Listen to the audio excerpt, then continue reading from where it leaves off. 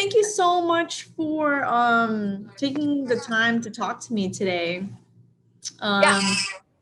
I know that your story and like what you did to pass the exam is going to be really helpful for people.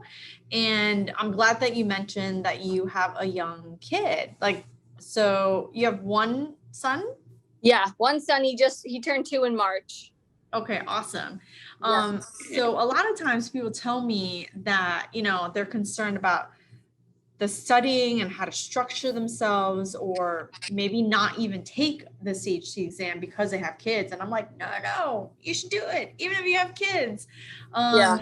So, I mean, it depends on where you want to go with your career and like how long you want to wait. Because once you have a kid, you have a kid, right? Yeah. So tell me a little bit about what you did in terms of like planning for your studying. Yeah. So I think before, like Jordan, my husband, knew that I was planning on taking this exam at some point in my career. And I kind of just told him, I was like, I don't want to do it when we have 2 kids because we're currently pregnant as well. So that threw another curveball. I was like, okay, well, if I don't pass, in May, I'm going to have 2 kids when I'm studying. So 1, motivator there. And 2, I just told him, I was like, look, it's going to be like 6 months of me not being a lot of involvement on my part, on the parenting part, with like bedtimes. Like he just took over bedtime routines, and he just kind of knew like Tuesday nights were my night to like close my door and try to not be disturbed. And we just kind of made a schedule, and I told him my schedule, like, this is what I'm going to do, and we got to make it work. So. Okay, awesome. I love that. I think it's part of just like the planning process and just getting certain people on your team to say, hey, it's only for a short period of time. Right. Right. And so how did you break up your months? Well, because I signed up for your program early, because I did like I can't remember when I signed up exactly, but it was before the 12 weeks. Yeah, you did the extended version. You did the 6-month version. Yeah. So like the first 3 months, I was just kind of dilly-daddling into your videos, and I didn't really have a set schedule, which didn't actually go super well. But then once we hit the 12 weeks, I just stuck to your schedule, and I was like, all right, it's wounds this week. I'm going to read it all and watch the videos. And I had a student while I was at work during this time too. She was actually a really great student, and it worked in my favor. So I did a lot of video watching while she was treating. So it actually was helpful. Yeah. Because then as she was asking me questions, I was like, let me see if I have a video on that. And then we would kind of like study together too. So it was actually pretty helpful, because she was a great student who was really independent and wanted to be really independent, and she was ready to be independent. So I was like, all right, this is a win-win. So we'll figure this out. So that's so awesome.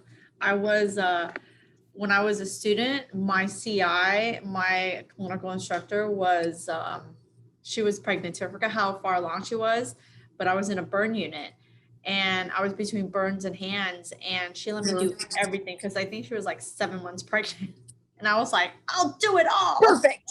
Yeah. So that's cool. In terms of like strategies, I always talk about strategies. It's outside of the planning. It's being really intentional with preparing for the exam.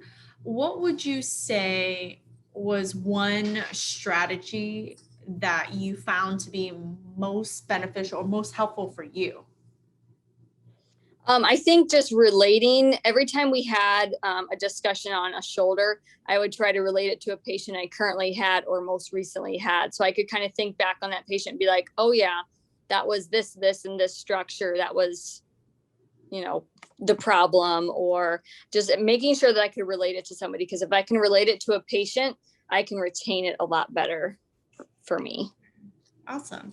And, people often ask me this: what resources did you use to help you? Yeah, I actually really liked that black book, the ASHT black book. I thought that was helpful. What did you like about it? I kind of liked the fact that it was more bullet point instead of just like chapter upon chapter. because you can't read rehab of the hand. I know you do. I cannot. Bullet points are great. And then, so I'd go through a chapter, and then they had like a 10 or 15 question quiz in the back. So then I'd go ahead and take that, and then I'd look at my answers and go back and see what I got wrong, and kind of go like that. So I liked that book the best, I think. So that's awesome, because I feel like everyone studies in a different way. So some people use that black book and found like they were having to go elsewhere for answers. Did you feel that way, or the bullet points of learning was enough for you? I thought that was enough. There was a few things that I would look up, and I always, like, if I needed a very detailed answer, I would look up through Rehab of the Hand, which is how I use that as more of like my big reference, like big questions. Right. But otherwise, I thought the Black Book did a fine job. I mean, it's by ASHT, for crying out loud. So they have the information I felt like I needed to know. I was like, well, if it's not in there, then do I probably need to know it?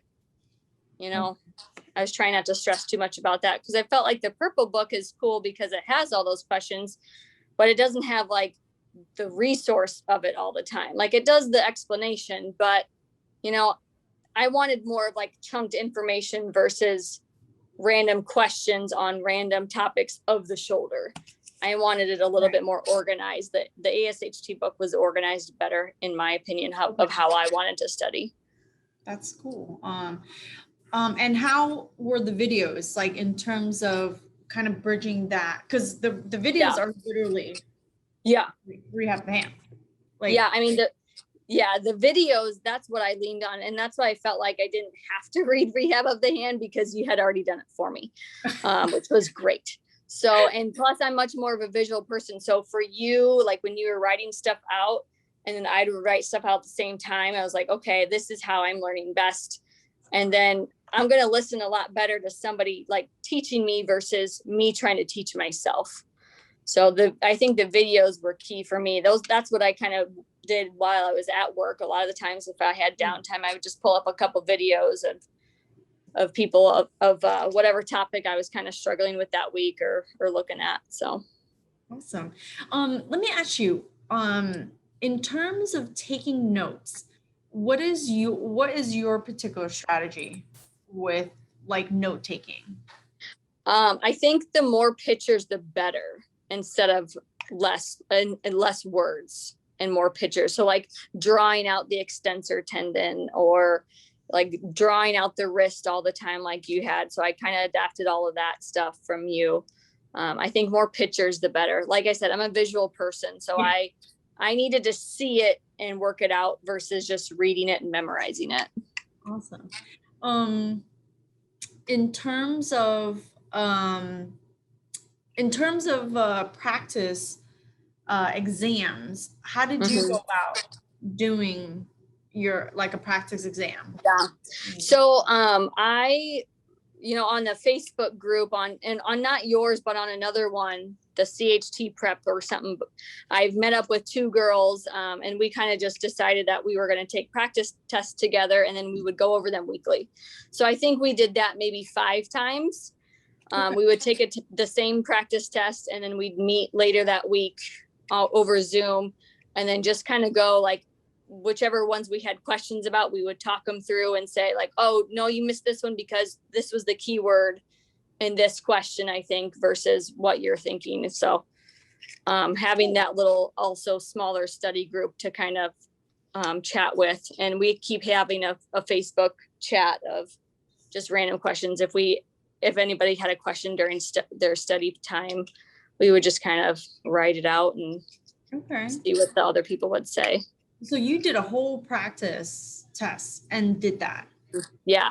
Okay, awesome. Multiples. Yeah, we did like 4 or 5. You did like a good 5, 4 or 5 exams. Because normally we do the extra calls. We do the additional calls on the weekend where we do like several. We'll pick out like questions that people had on the questions that they did. Versus doing a whole practice, exam. So that's a great little strategy. Yeah, I liked it because then like we would just mark the ones like that I got wrong. And I'd be like, all right, Jade, like what's like explain this one to me, question 17 or whatever. Like I am not getting this one. So we were all on the same page with that. So that was good. That's so cool. I like that. And did they pass as well? So there was 3 of us and it was 2 out of 3. So it's like, well, that's not actually bad. pretty good. Yeah, that's a pretty good one. Yeah, it's all about the numbers sometimes, and it's all about everyone's got a little different nuances. I mean, you think about it, it's like a patient. You can see one shoulder, but every single person with a shoulder is going to come and present just slightly different. So what do you think like helped you before you took the exam? Like what did you do to prepare like right before the exam that kind of put you in a really good mindset, would you say, before taking the exam? Mine is not very good. So my husband broke his foot 2 days beforehand. So I told him like, this was like maybe Thursday, sometime the week before. I was like, okay, like I'm taking my exam on Monday, like this weekend, like I want to relax. I'm going to review, you know, a little bit here and there, but we're just going to relax. We're not going to do anything. And he broke his foot on Saturday morning. So it was not a great weekend. So I really didn't have high hopes that I was going to pass because I didn't feel like I was mentally in the right spot. So it was all your prep work. Then it was all your prep work.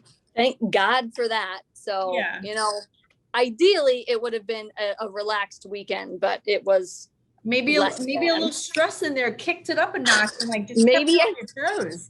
Maybe I needed the adrenaline. Relaxing isn't a really good one. I know. I need to be on edge at all times. just slightly. Just like Goldilocks, you know, you relax.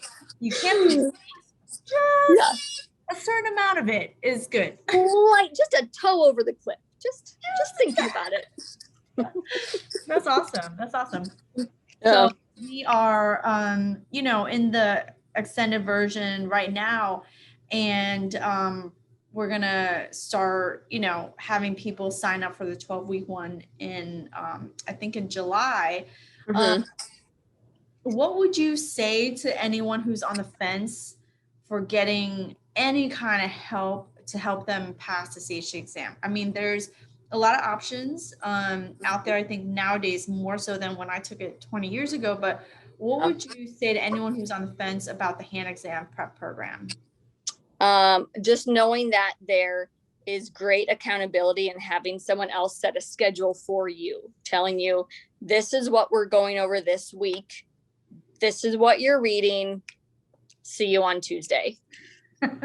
You know, being told what to do, kind of like, all right, I can follow this. Like anybody can do that.